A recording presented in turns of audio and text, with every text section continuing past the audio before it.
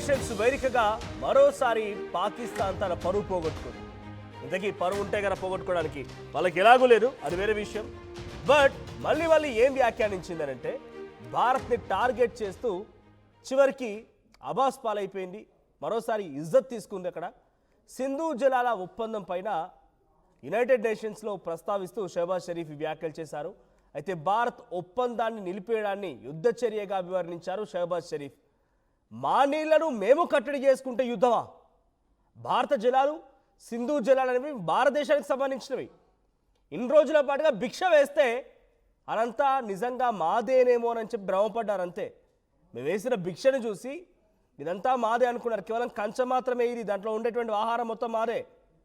So అటువంటి నేపథ్యంలో నుంచి ఇప్పుడు షహబాజ్ షరీఫ్ ఏమంటున్నారంటే భారత్ ఈ యొక్క నీటి ఒప్పందాన్ని నిలిపివేయడాన్ని మేము యుద్ధ చర్యగా భావిస్తున్నాం.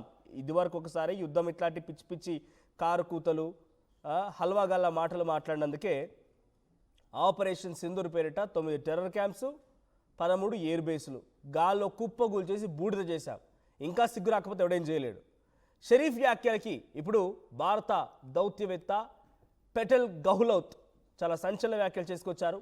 ఉగ్రవాదాన్ని ప్రోత్సహించడంలో ఆ దేశం అంటే పాకిస్తాన్ పూర్తిగా మునిగిపోయిందని, అంతర్జాతీయ వేదికలపైన కూడా అబద్ధాలు చెప్పడానికి వారికి సిగ్గు ఉండాలని, వారికి సిగ్గు, మానం, రోషం, పౌరుషం, నెత్తురు పాకిస్తాన్ కంటూ మన్ను మశానం ఏది ఉండదు.